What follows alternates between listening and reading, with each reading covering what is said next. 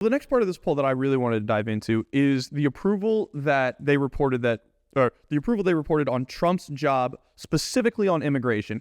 They said 46% of U.S. adults approve his job and 53% disapprove of it. What stands out to you about that on first glance? Well, again, I just think it's low. I don't think Trump has had that low of an approval rating on immigration, definitely not in his first term. And I think if you were to have asked voters who they were to trust, and we definitely saw some of this in polling in the campaign, who do you trust more on the issue of immigration, Trump or Kamala Harris or Biden, depending on when you surveyed it? Trump had, a double-digit net lead on that kind of question. So I don't believe this number. I also think that we've seen in some places when we asked what's the most important issue facing the country, it used to be 30% of the country said that immigration was their number one issue, and now that's come way down to less than 10%. And why is that? Because the president has addressed the immigration crisis. We haven't had any border crossings basically in April, and he's deporting a lot of the criminals and removing the people on the removal list.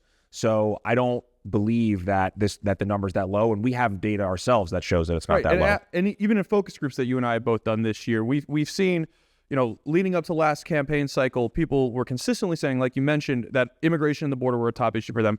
They tell us qualitatively, hey, I voted for Donald Trump because of this issue, and now it's not a concern for me, which is a glowing endorsement of the fact that he is doing what the people asked him to do, and he's doing a good job of it.